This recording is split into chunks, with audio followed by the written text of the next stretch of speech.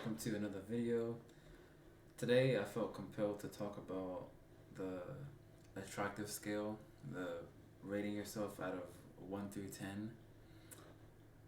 I felt compelled about this because I was thinking about a rating that I was given, kind of the things you did on Facebook when you were a kid. It was like, rate me, like you do this with your elementary school friends. I don't know if everybody did it, but I know for me in my little hometown, we do these rate me's, and you'd see what people would rate you on a scale of 1 to 10, and it's kind of like what the boys and girls in middle school would do when they have a list of, the hottest to least attractive, classmates, and they put it into the bathroom wall. And I think looking back, I don't remember exactly what rating I got, but I think I got like a 6 out of, some girl rated me, it was like a 6 out of 10. And that was the most saddest thing, right? You never want to get that. But in hindsight, of course, again, her doing that, as a little kid, yeah, it was bad for the time. But in hindsight and with knowledge and what I know now, 6 out of 10 is not necessarily bad. And we're going to break that down in today's video. So most of us have this idea, most of us think that when you ask one person, what would you rate yourself, 1 out of 10, most people would go, oh, I'm a 7. Because it's one of the most safe numbers. People want to be humble, but people who are unattractive and they know it deep down inside, they never want to say the honest truth about their rating, what they think of themselves. They want to go, in grade school, a 10 would be an A plus, and a 7 would be a C. So that's okay. But in reality, that's not how the scale actually goes. That's not how it would go. Because C would be passing. You'd go, oh, I'm a C, meaning I'm passing, so that's okay. But in reality, a 7 out of 10 is still extremely attractive. And the reason why this isn't the average person is because if you were to properly, I'm going to break down the qualities going from 10 out of 10 down to 1 out of 10. And also, I'm also going to break down exactly, when comparing one another, exactly how each person would truly rate themselves according to like proportion wise, like global population. So the reason why 7 out of 10 and most people rate themselves this and it wouldn't be true is because if people were to be truthful and they were to go down 10 out of 10 properly, well, 10 has to be somebody, right? 10 has to be the top dog, the top person, the most attractive woman, the most attractive man, the most single as in one. Obviously, when you get to that certain point, that's very subjective, right? Like, the most attractive person, it'd have to be like somewhat of an alien, right? Like, that would be like an alien person.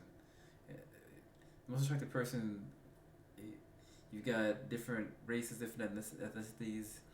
After 8, it pretty much is subjective, right? After 8 is pretty much objectively attractive, but between 8 and 10, that's neither here nor there. Like, it's up to you whether you want a person who's really attractive, 8 who's Asian, and 8 who's black, Latino, Egyptian, that sort of thing. But that's to say that it changes quite easily. So if this person is a 10, man or woman, for this period of time, okay, that's fine. It can only be one. So not every person can say, I'm a 10. I see this a lot in some videos on street interviews, and it's very interesting. It's very funny to watch, and it's very humbling too. But a lot of people will say, I'm a 10. And they don't really mean it, and they can't be a 10. They can, but it's very rare. Like this person, they can't all sit there and say I'm a 10 out of 10. It's only one person.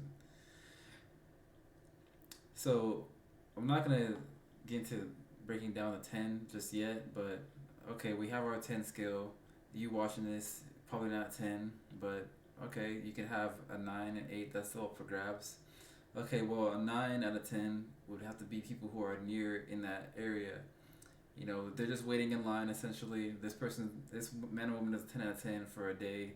All right, the 9 out of 10s, the next day, they would be up there too. They're just waiting on their turn. And these features to be a 9 out of 10, uh, and to 8, the 9s and the 10s, or you know what? Actually, how I'm gonna do is I'm gonna go down. I'm gonna go from down to up. That way it's easier. But as far as I'm gonna get into the details of exactly what features, but 9 out of 10, somewhere in that vicinity, peripheral. 8 out of 10 is like a high fashion model. 7 out of 10, an Instagram model. You see these guys and girls on Instagram, very attractive people, but they're not exactly high class models, are they? Really, knowing what I know now about being in the model industry, a lot and just acting and just within those spheres of influence, it typically comes with just having people who are in, people who know other people. So there's not too much big of a difference between the model, Instagram model attraction, and a person like the top tier of an Instagram model, and then someone who is in high fashion modeling. It's really just who they know. But in the lower class of Instagram modeling, so a 7, like the lower 7, that's a big difference between someone who's that and then a high fashion model in terms of looks. 6 is essentially just the most attractive person in a friend group. That's what that would be. So you got the most top 0.000.1%, the most attractive person ever. The 1% is the 9s and 10s, and then you got the 8 again, still pretty much the 1%. They're just stacked together. 7 out of 10 would be 8%, and then 6 out of 10 would be like 20%. 5 out of 10, 30%, and then that's what most people lie in between. That's the most that's the biggest group. Like that's what most people, not 100%. Like you wouldn't. It's not 50%, but a good chunk of people, when divided in between the different ratings, would lie in 5 out of 10. Next after that is 4 out of 10, and that's because 5 out of 10 is these are just average features. These aren't anything spectacular. You can't be the going down, 5 out of 10. This is just an average person. You get the 6 out of 10, the most attractive person of the friend group, but then you got the friends. It's nothing amazing. And then going down from there, you can kind of see what that is. So if you're a 1 out of 10, you can't. It's really rare to call somebody a 1 out of 10. You can't say that for fun. There's nothing really funny about calling somebody a 1 out of 10. And the reason why that is because people who are 1 out of 10 certainly have fucked up features. Like they have like genuine deformities, like missing teeth, like a crooked, like a deformed face. Maybe like one side of their face is like sagging. I've seen this before. Maybe like people who are like Chernobyl victims, they'd be 1 out of 10 facially wise. There's nothing they could have done about it. I mean, they could have done something about it, but they can't go and do a skincare routine and it's gonna fix all their problems. It's kind of an issue that, and even surgery can't fix it. It's not much you can do if you're 1 out of 10. 1 out of 10 and 2 out of 10, and pretty much 3 out of 10 are just issues that you really can't fix. Now 3 out of 10, I'm gonna just put 1 out of 10, 2 out of 10 in the same category. 2 out of 10 is like burn victim, went through a burning building to save a child, and then now their face is scarred. They tried to get their skin to kind of be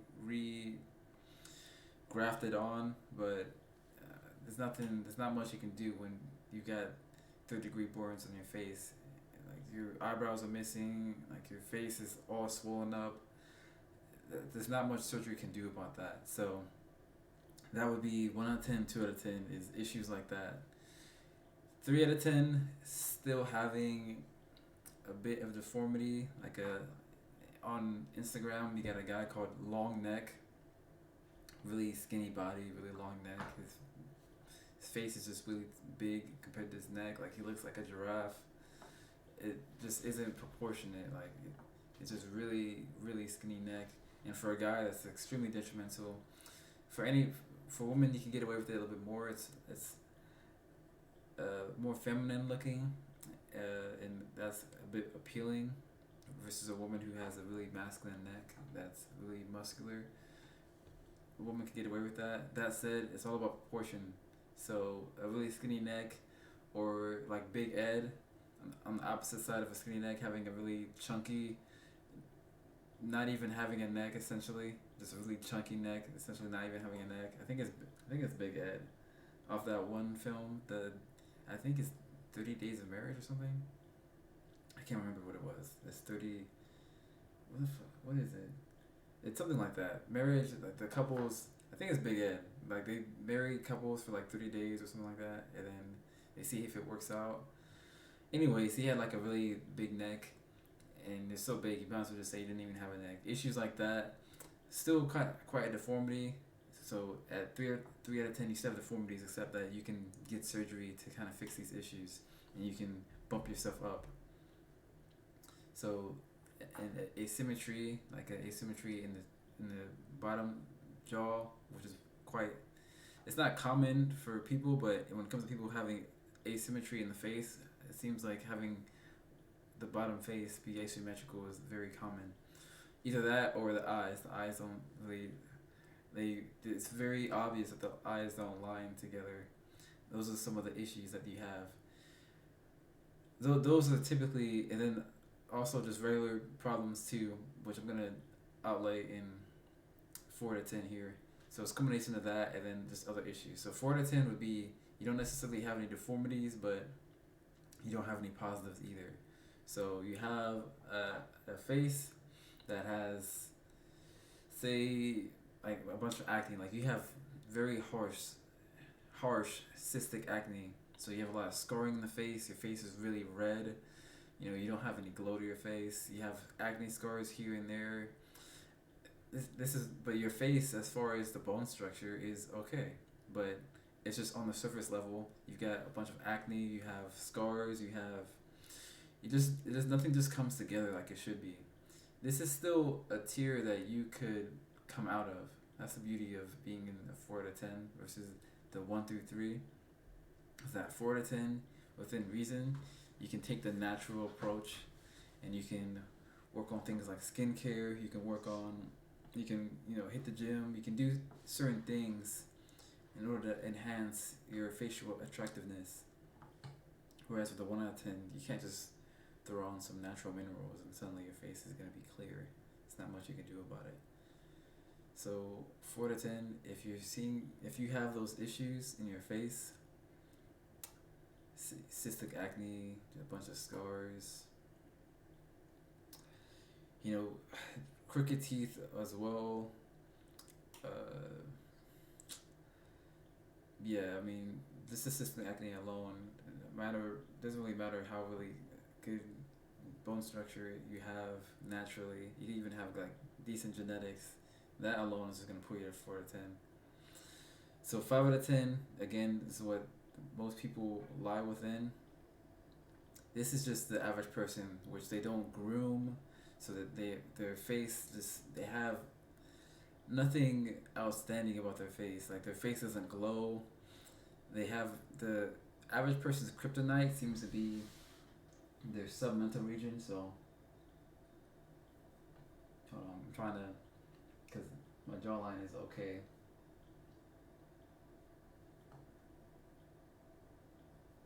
Like they have, instead of this going like up where you can see the jawline is good, theirs goes down and it sags, and that's the kryptonite of the average person. They don't have a nice jawline. They have just a sagging region right here, and that is really important to your facial attractiveness. Like that right there basically is what's gonna showcase all the other issues, like baggy eyes.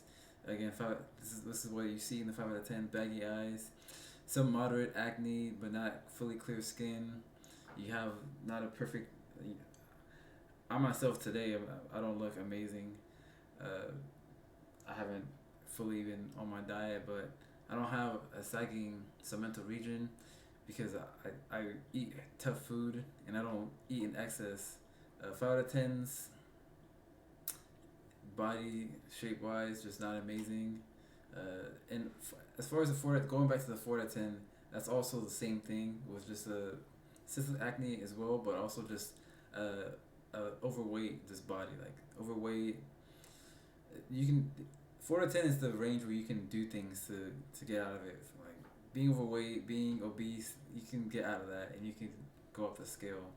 5 to 10 is not necessarily overweight or obese, but certainly not in amazing shape. Uh, that's just, yeah. I'd say like you have a gut, you don't have abs, you don't have any real, you don't have shapes to your body. Essentially, it's a 5 out of 10 tier. You don't have shapes to your body.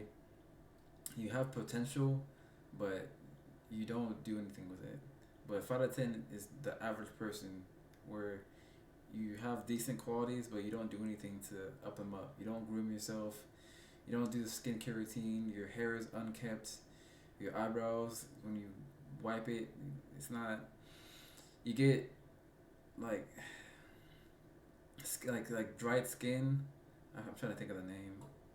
Dandruff coming out of the eyebrows, that sort of thing. Dandruff in the hair. Um,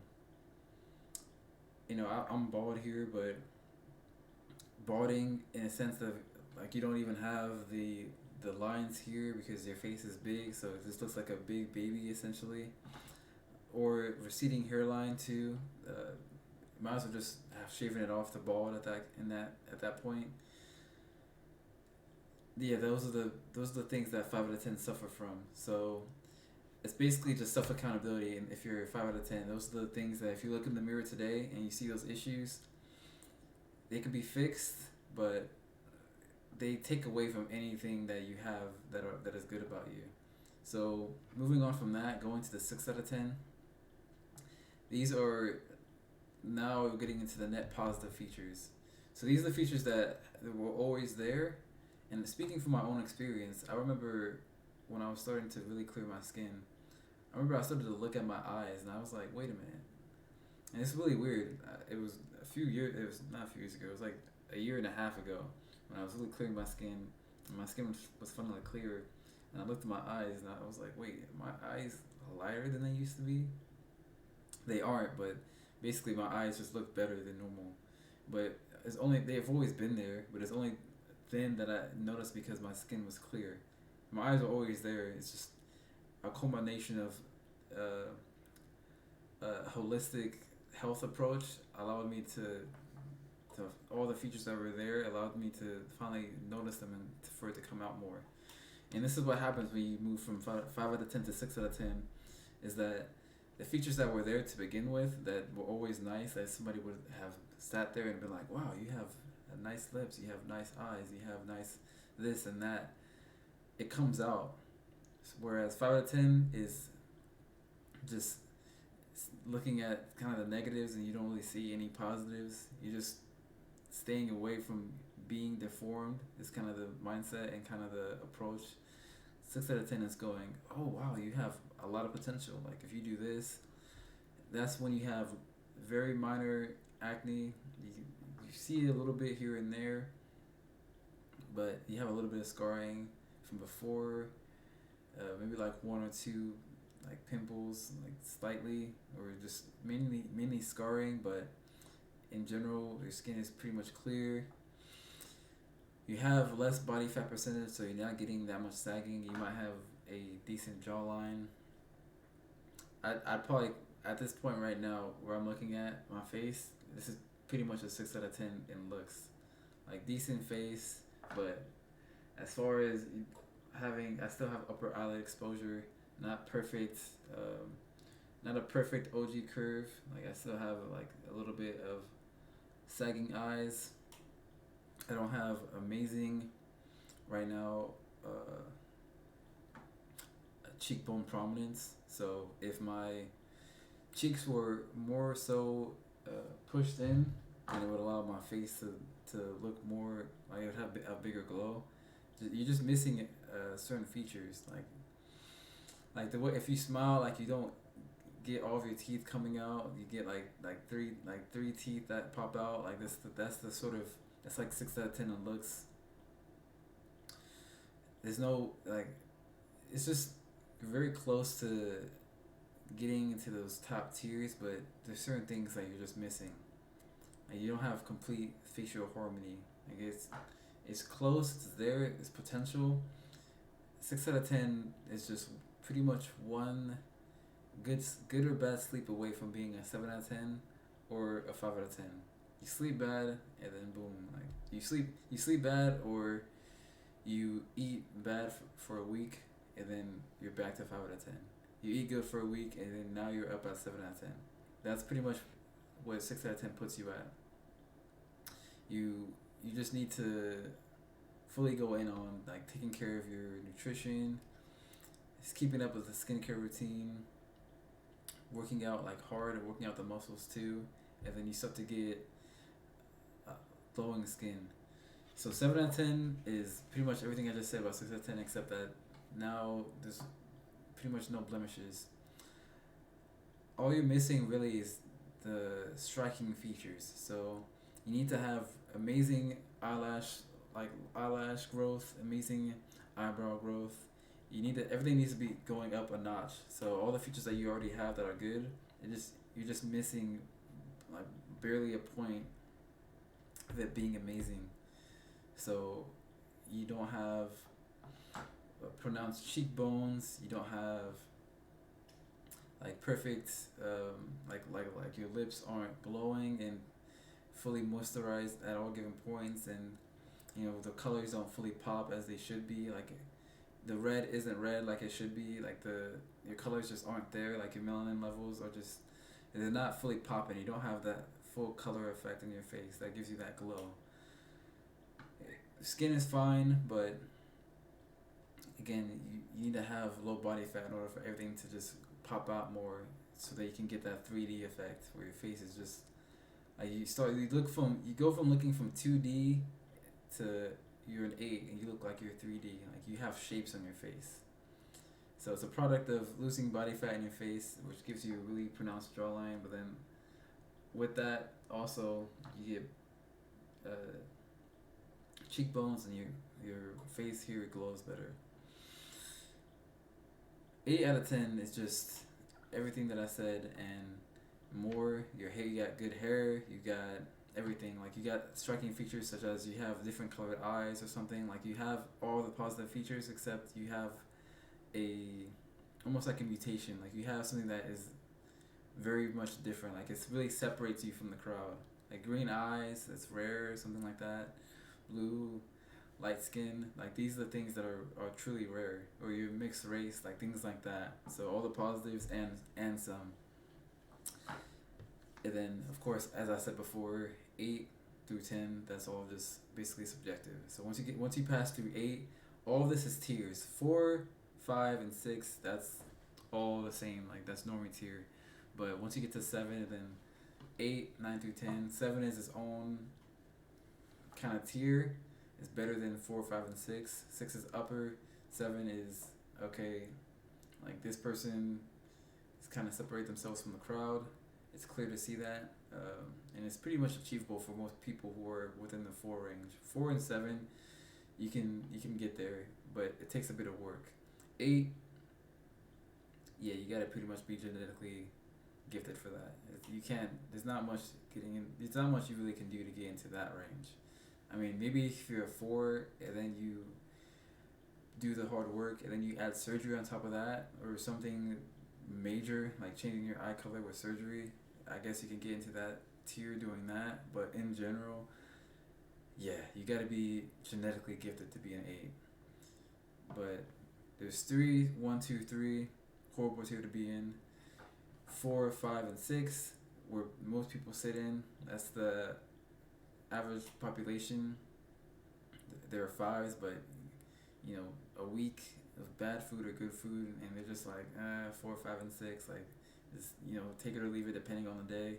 And then 7 is, that's when you start to separate yourself. So I hope that made sense. I hope that clarified some things for some people. I really hope I broke that down enough that people kind of understand. Most people sit 4, 5, and 6, and then as you go down, 1, 2, 3, it's very rare for people to look that horrible. So you're really at the bottom tier percent, but it's very rare again. And then you got 7, 8, 9, 10, again very rare, but that's the upper percentiles. And if you're watching this, I think it's better to know exactly where you lie within so that you can see exactly what you need to work on versus thinking you're a 7 out of 10, which is what most people think, and you don't really put in the work and you don't make any significant changes. So I hope that makes any sense to, even without breaking down of the facial attractiveness, things have always changed. Like people, like culturally and as well as just universally, attraction, like attractive features are constantly changing. Certain eyebrows that looked good now don't look good back in like the 60s. These kind of features are always changing, and because of that, the best way to scale yourself is to look at, okay, who's the most attractive person, and then to go down from there. So from man to woman, looking at facial attractiveness on average, most women are more attractive than the average man. So most women, in terms of facial attractiveness, just have better features. So if you're a woman, you want to look at, okay, this woman here has like these, like has green eyes, like the eyebrows are like really like close and like they're really like popping. It has a lot of glow. It's very well defined. You can see the. Oh, I'm trying to think of the names. I'm sorry.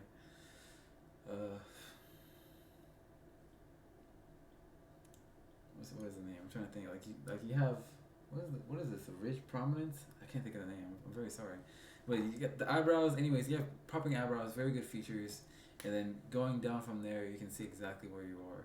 So doing that for both men and women is exactly how, regardless of features, getting into the specifics, you can see exactly by comparing the most attractive person.